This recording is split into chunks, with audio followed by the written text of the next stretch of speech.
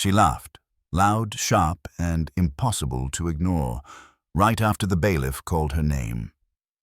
A woman in a designer coat, sunglasses pushed up like a crown, leaned back in her chair and let the sound fill the courtroom. It wasn't a nervous laugh or an embarrassed titter. It was a deliberate, dismissive chuckle aimed squarely at the bench. Someone in the front row instinctively reached for a tissue.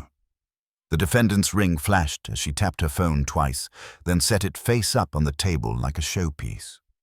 She rolled her eyes when the bailiff reminded her to remove the sunglasses.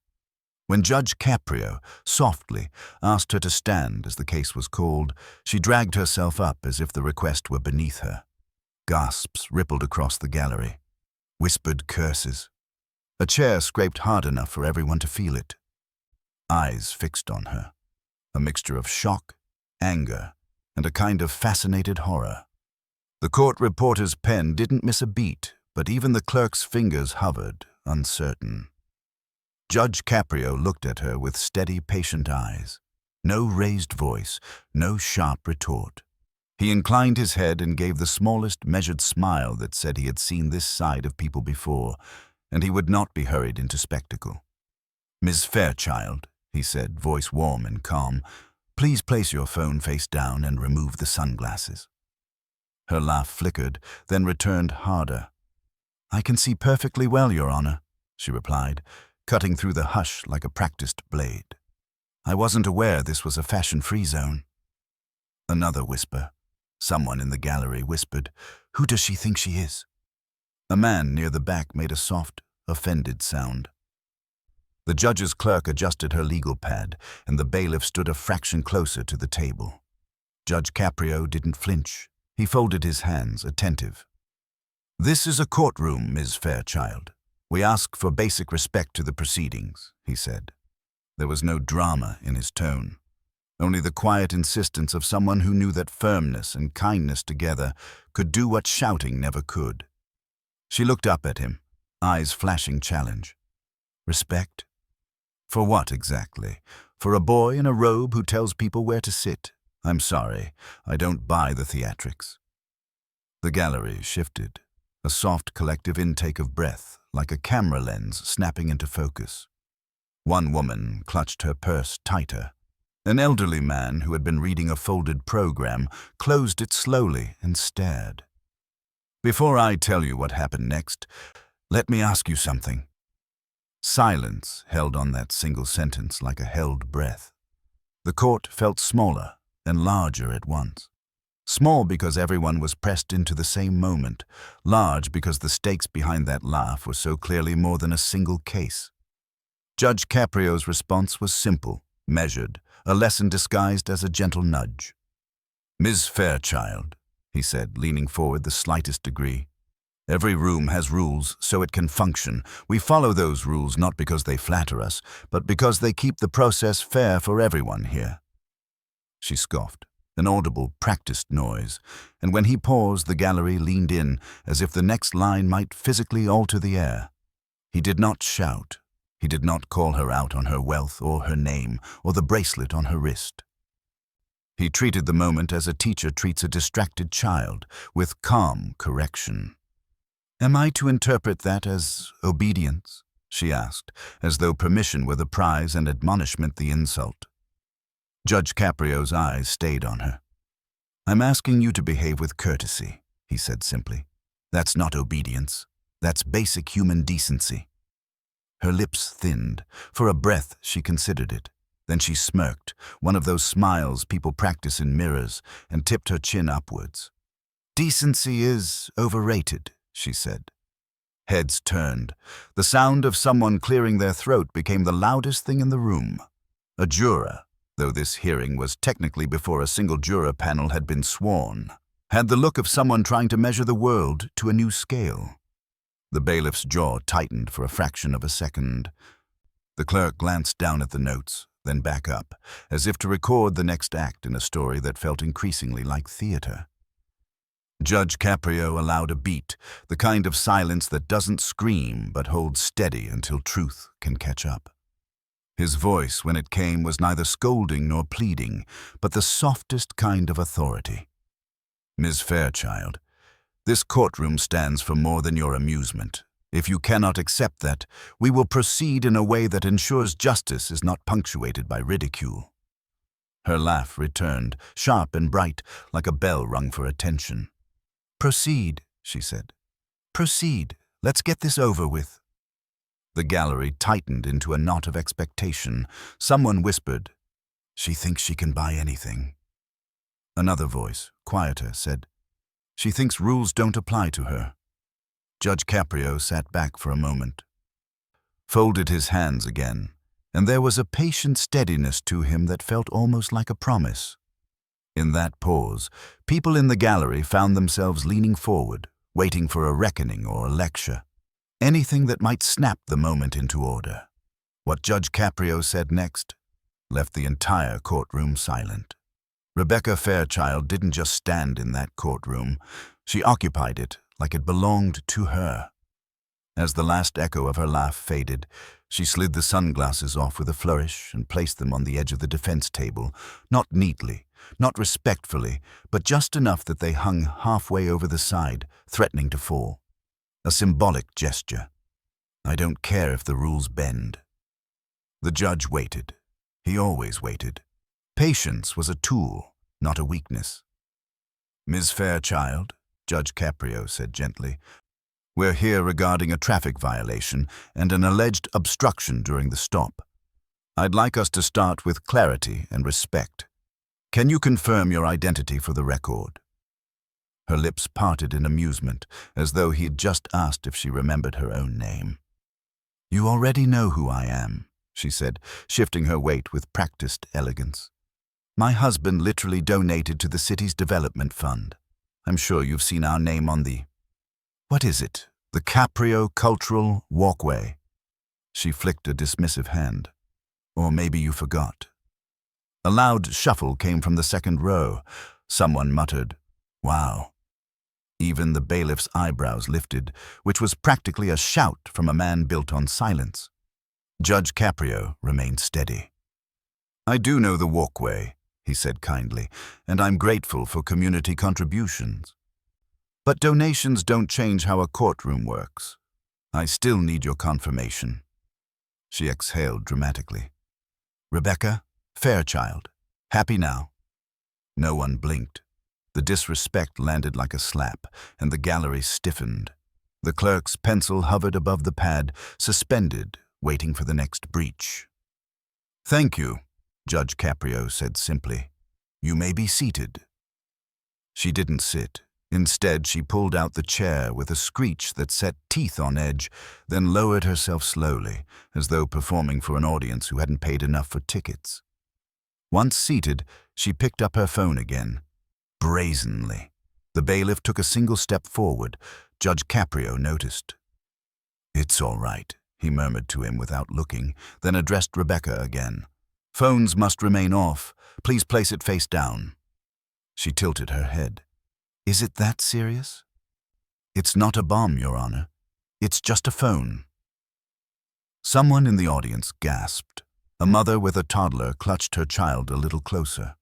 A college student in the back bit her lip and whispered, She's pushing it. It doesn't need to be serious, Caprio said softly. It simply needs to follow the rules. Rebecca smiled, a slow, condescending curl of her lips. Then maybe your rules need updating. The gallery erupted into whispers, this time louder. Messier. Who does she think she is? She really said that? Caprio's the nicest judge alive. Is she insane? Judge Caprio lifted one hand, and the room quieted as if drawn into stillness by gravity itself. Miss Fairchild, he said, not unkindly, I want you to understand something very important. I am not here to punish you. I am here to listen, to be fair, and to give you the chance to explain your side properly. But that depends on your willingness to participate respectfully. She rolled her eyes so dramatically the row behind her reacted with a collective, incredulous inhale. Respect is earned, Your Honor, she said. You don't get mine just because you have a gavel and a seat on a raised platform. The bailiff's posture stiffened. The clerk's eyes widened. A man in the gallery muttered, "She's gone," like a commentator witnessing a slow-motion disaster. Rebecca placed her phone flat, but not face down, and tapped the screen with her manicured nail, the tiny clicking echoing in the courtroom like deliberate rebellion. Judge Caprio saw it, but he didn't raise his voice. "I'll ask once more," he said softly, "and I hope it will be enough. Please put your phone away." She shook her head, genuinely incredulous. "What is this? Daycare? I'm an adult woman. I'll decide what I hold in my own hands."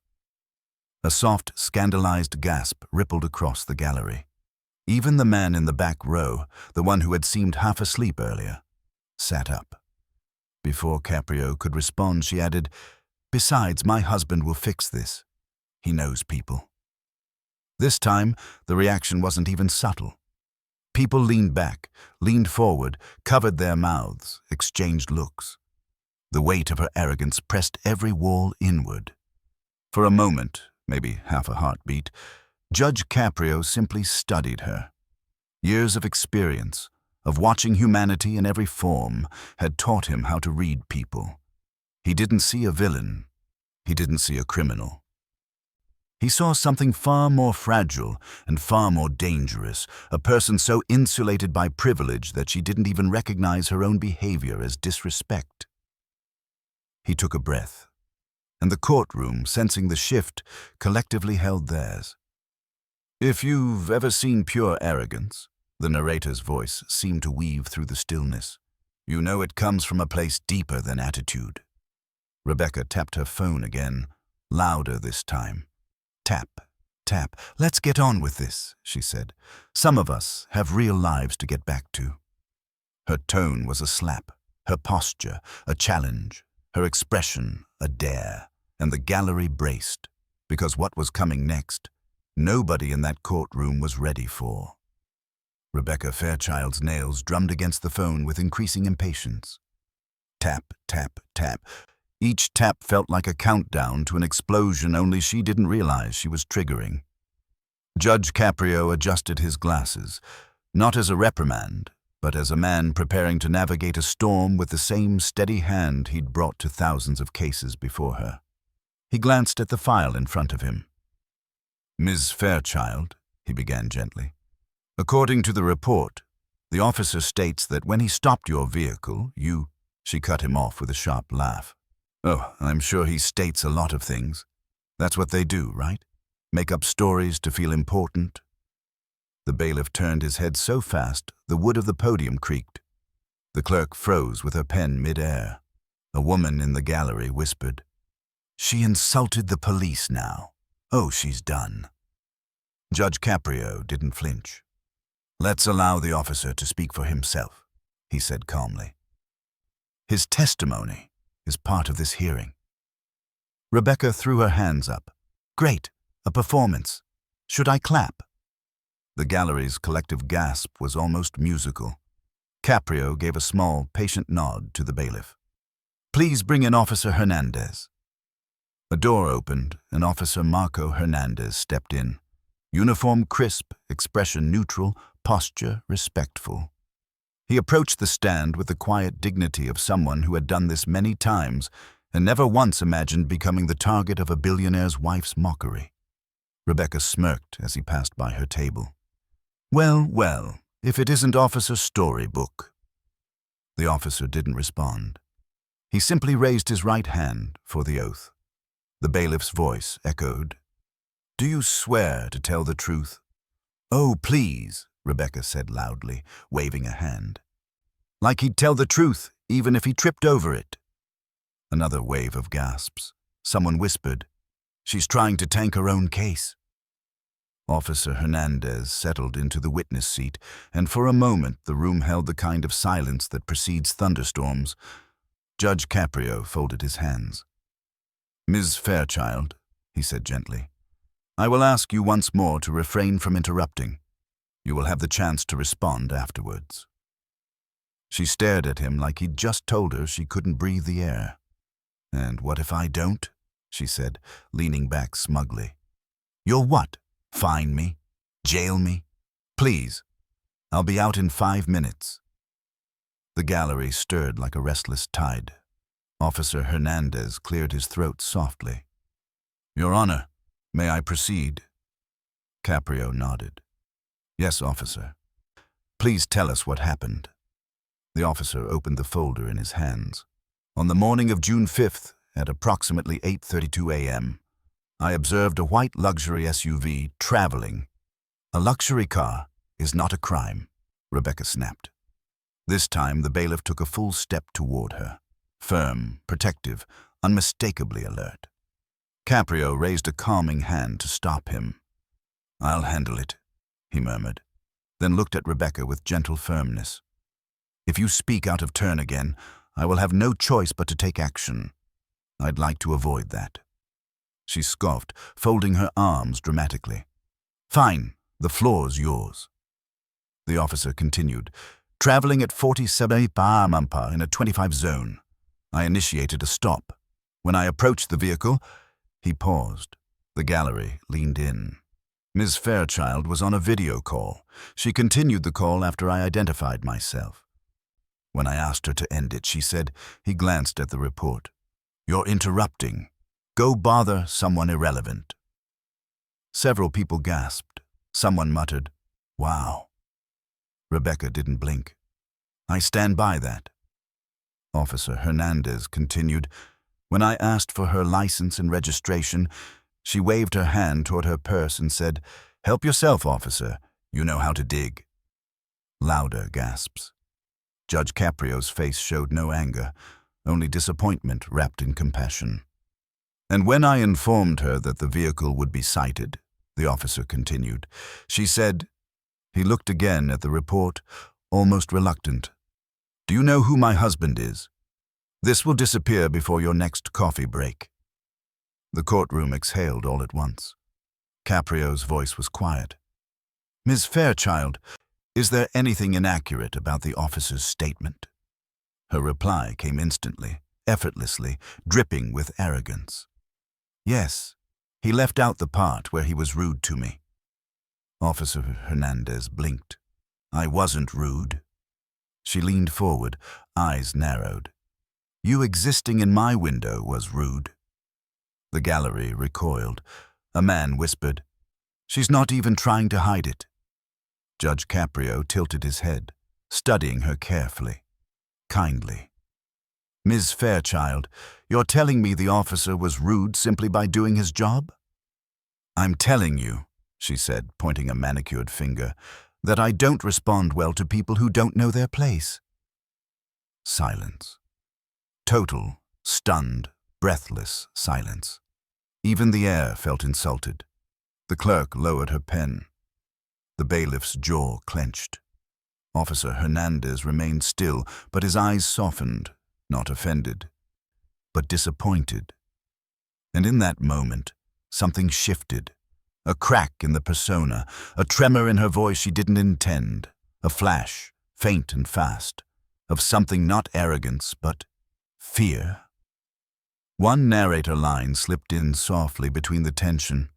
Sometimes the loudest arrogance hides the quietest broken truth. Rebecca looked away, jaw tightening. Judge Caprio leaned forward slightly, voice calm and warm.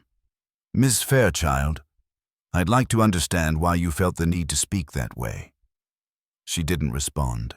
She couldn't, and the gallery sensed it. The turning point, the fault line. Because the twist that was about to surface, no one in that room, not even Rebecca herself, was prepared to face. For the first time since she entered the courtroom, Rebecca Fairchild wasn't smirking. Her jaw tightened. Her fingers pressed against her phone screen, and she stared at a point somewhere far beyond the judge, the officer, and the gallery, as though looking at anything real in the room might crack whatever armor she still had left.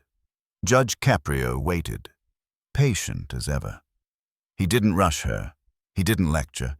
He simply allowed the silence to settle, warm and gentle, giving her a chance to speak if she wished to take it, but she didn't, not yet. Officer Hernandez, Caprio said softly. Thank you. Please remain available if we need further clarification. The officer nodded respectfully and stepped back from the stand, but he didn't return to his seat. He lingered by the wall, hands clasped behind him. Calm, steady, the embodiment of fairness in uniform. Rebecca's eyes flicked toward him, something defensive sparking in her expression. Something almost like panic. Caprio turned his attention back to her. "Miss Fairchild," he said, voice warm, "I want to give you an opportunity to explain your side, not to defend behavior, not to justify disrespect, but simply to tell us what was happening in your life that morning." She laughed, not the mocking, crisp laugh from before. This one was much smaller, much shakier. A laugh made by someone who didn't know what else to do with the pressure building in their chest. "My life," she scoffed, though the sound trembled. "My life is fine." The gallery watched her carefully. People who had been ready to judge paused. Curiosity replaced anger. The shift was subtle but real. Judge Caprio nodded gently. "I believe you. But sometimes, even when life looks fine, we deal with moments that don't feel fine." She swallowed, hard. Then her eyes sharpened again, the arrogance snapping back like a reflexive shield. "You think you can read me?" she said. "Judge the way I act? You sit there and pretend to understand people like me?" "People like you," Caprio repeated softly. "What does that mean?" She didn't answer. Not verbally, but her fingers curled into her palms. The judge leaned forward just a little, compassionate, not invasive. "Ms. Fairchild, I sense that your reaction at the traffic stop wasn't about speeding, or a phone call, or this officer. I think something else may have been weighing on you." Her chin lifted, defiant, but her eyes shimmered for the smallest fraction of a second. And someone in the gallery, an elderly woman in a powder blue sweater, whispered, "Oh dear." Rebecca exhaled shakily, then snapped back into defense mode. "You want a story?" she said. "Fine, I'll give you one." The gallery leaned in. "My husband," she started, then paused. A hitch in her breath. "I was on that call because he didn't come home the night before." A ripple went through the room, not judgment, but surprise. She continued, voice brittle as thin glass. "He told me he had a meeting. He told me he was working late, but he lied. I knew he lied, and I was already—" Her throat tightened. "Already dealing with enough without that." Judge Caprio's voice was barely above a whisper. "What were you dealing with?" She closed her eyes, and when she spoke, her arrogance didn't vanish. It simply dissolved into something more fragile. "My son," she said. "We've been going through evaluations. They think he might have a learning disorder." Her voice cracked, then steadied. "I've been trying to get him the right support. I've been trying to do everything myself." The gallery's energy shifted, from judgment to quiet empathy.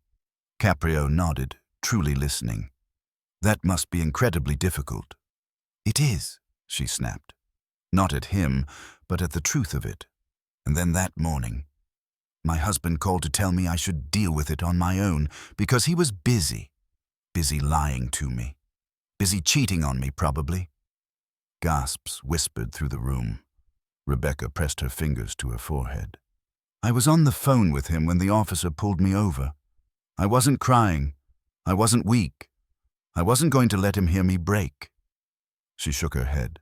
"So when someone knocked on my window demanding things I snapped." Officer Hernandez looked down, not offended but understanding. Judge Caprio allowed a long breath before speaking. "Thank you for sharing that," he said gently. "That wasn't easy, I imagine." She gave a bitter, exhausted laugh. "You have no idea." "I may not know your whole life," Caprio said, "but I know pain when I see it. And I know when someone is caring more than they're ready to admit." Her eyes flickered to him, not respectful yet, but no longer mocking. "And Ms. Fairchild," he continued, his voice soft but firm, "carrying pain does not give anyone the right to wound others in return." She flinched, but didn't argue. And it especially doesn't give us the right to diminish people who are only trying to do their job." Her gaze drifted toward Officer Hernandez, and guilt finally cracked through her expression. One quiet narrator line floated through the tension. "Sometimes the truth we run from is the only thing that can break the armor we build." Caprio leaned back slightly. "Ms. Fairchild, would you like to say anything to Officer Hernandez before we proceed?" The entire courtroom held its breath, because whatever she said next would decide whether the day spiraled into chaos or a chance at redemption. For a long, suspended moment, Rebecca Fairchild didn't speak. Her throat tightened, her eyes flicked between the judge and the officer, and her fingers curled anxiously around the phone she'd been tapping like a weapon moments earlier. This time, however, she wasn't tapping. She was holding it the way a person holds something fragile, as if one wrong move might shatter not the device, but herself. Officer Hernandez stood near the side wall, calm, composed, waiting. He hadn't moved since Judge Caprio asked if she wished to speak to him. He didn't glare at her. He didn't cross his arms. He looked at her the way good officers look at people, with fairness, not with judgment. Rebecca swallowed. Her mascara smudged slightly at the corner of one eye. It wasn't dramatic. It was human. The word slipped out before she meant it. The gallery leaned in, some barely breathing. She tried again, voice low but steadying as she spoke. "I shouldn't have talked to you like that." A hush washed through the room, not triumphant, not smug, but unexpectedly tender. Officer Hernandez nodded once, respectfully. "Thank you," he said softly. But Rebecca wasn't done. She turned fully toward him, the arrogance stripped away, leaving something raw and unguarded. "You didn't deserve what I said. You were just doing your job." Her voice faltered. "And I made it personal. I made you the target because someone else hurt me. I'm not proud of that." The officer's reply was simple. "I appreciate your honesty." She blinked quickly, absorbing the unexpected kindness, a kindness that made her shoulders shake almost imperceptibly. Judge Caprio watched her with warm, steady eyes. He didn't rush the moment. He didn't interrupt. He let the apology hang gently in the air. A fragile, necessary bridge between who she had been when she walked in and who she was right now. When he finally spoke, his voice had that unmistakable softness, the kind that didn't lecture, but taught. "Ms. Fairchild," he said, "you've carried a heavy burden, and when people carry too much, sometimes they lash out. Sometimes they forget how to ask for help. Sometimes they forget that pain doesn't excuse cruelty." She nodded, almost involuntarily. "But I also believe," Caprio continued, "that moments like this give us a chance to reflect, to grow, to face what we've been afraid to look at." Her voice was barely above a whisper. "You think I'm afraid?" Caprio offered a gentle smile. "I think you're exhausted, and exhaustion often masquerades as arrogance." The gallery murmured softly, not in mockery, but in understanding. Rebecca's eyes shimmered. "I didn't mean to be—" She gestured vaguely. "Like this." He interrupted her kindly. "You meant to survive," he said, "not hurt anyone, but somewhere along the way, the two became tangled." Her chin trembled. "And when you feel dismissed in your own home, sometimes you come here defensive, ready for a fight, even if one isn't happening." Her breath caught. The courtroom felt impossibly quiet, like everyone was holding their emotions with both hands. Caprio leaned forward just slightly. "Miss Fairchild," he said gently, "you're not a bad person. You're a person going through something painful, but when pain blinds us, we stop seeing the humanity in others." He let that settle, then added softly, "And today, you have the chance to see again." A tear slipped down her cheek, the first one she'd allowed to fall in public in a very long time. She wiped it quickly, almost angrily, but the gallery saw it. Everyone did. Officer Hernandez stepped forward a half step, respectfully. "For what it's worth," he said quietly, "I'm sorry you're going through that with your son and your husband." Rebecca looked up at him, startled. "You're sorry for me?" He nodded. No one should feel alone while taking care of a child, or believe they have to hide their pain. Her lip quivered, not from pride, not from anger, from relief. She lowered her gaze and whispered, "Thank you." And this time it wasn't performative. It wasn't arrogant. It was the voice of someone who hadn't heard kindness directed toward her in a very long time. The judge gave her a moment before he spoke again. "Miss Fairchild," he said softly, "you came in here today expecting conflict, maybe even expecting to win through intimidation, but instead you found truth, and truth, even when painful, gives us the opportunity to change." Her eyes rose slowly to meet his. "I'm trying," she said. "I want to do better. I just don't know how sometimes." Caprio nodded warmly. That admission alone is a powerful beginning. The courtroom seemed to soften around her, as though the walls themselves exhaled, and the narrator's voice, gentle, reflective, threaded through the quiet. Sometimes the most powerful transformation starts with a single honest sentence. Judge Caprio placed his hands together, thoughtful and calm. "Before I give my ruling," he said, "I want to speak to you not as a judge, but as someone who has seen thousands of people walk into this courtroom carrying burdens they never meant to drop onto others." Rebecca waited, unsure, hopeful, scared, and the entire gallery leaned forward, because what Judge Caprio was about to say would become the heart of this entire case. Judge Caprio took a slow breath, the kind that suggested deep thought rather than frustration.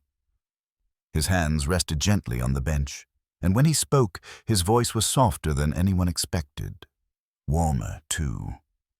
"Miss Fairchild," he began, "you walked into this courtroom with your guard raised so high that no one could see you, not the officer, not the gallery, perhaps not even yourself." Rebecca lowered her gaze, her fingers nervously gripping the phone she had finally stopped tapping. "But then," Caprio continued, "you allowed us a glimpse. You allowed us to see the mother behind the anger, the woman behind the arrogance, the human being behind the shield." Her chest rose in a shaky breath, not quite a sob, not quite steady. Caprio leaned forward just a little. "When someone is hurting," he said, "their words and actions become sharper. But sharpness doesn't mean cruelty by nature. It means protection. You protected yourself today, in the only way you knew how." A tear slipped down her cheek, then another. The gallery was silent, profoundly silent. Not one whisper, not one shifting shoe, not one rustle of paper. Even the air felt reverent. "But protection," Caprio added gently, "cannot come at the expense of kindness, and it cannot come by diminishing others, especially those who stand in front of you doing their duty." Rebecca nodded, small, trembling, but real. "So here is what I'm going to do." The courtroom held its breath. "You were disrespectful," he said, "not just to the court, but to Officer Hernandez. And in many courtrooms, that alone would have consequences." Her shoulders drew inward, bracing for a punishment she once thought she was immune to. "But," Caprio continued, his voice softening, "today, you've shown humility. You have shown remorse, and most importantly, you have shown honesty, with us and with yourself." She blinked rapidly, trying to process words she had never expected. "I'm dismissing the obstruction charge." Gasps whispered through the room, but not disapproving. Surprised, moved. Rebecca's head snapped up, eyes wide. You're dismissing it?" "Yes," Caprio said simply. "Because I don't believe punishment heals the wound you're carrying. I believe understanding does, and you have shown understanding today." A sob escaped her, barely audible but unmistakably full. "As for the speeding violation," he added with a small, kind smile, "you were going 47 in a 25. That's not stress, Miss Fairchild.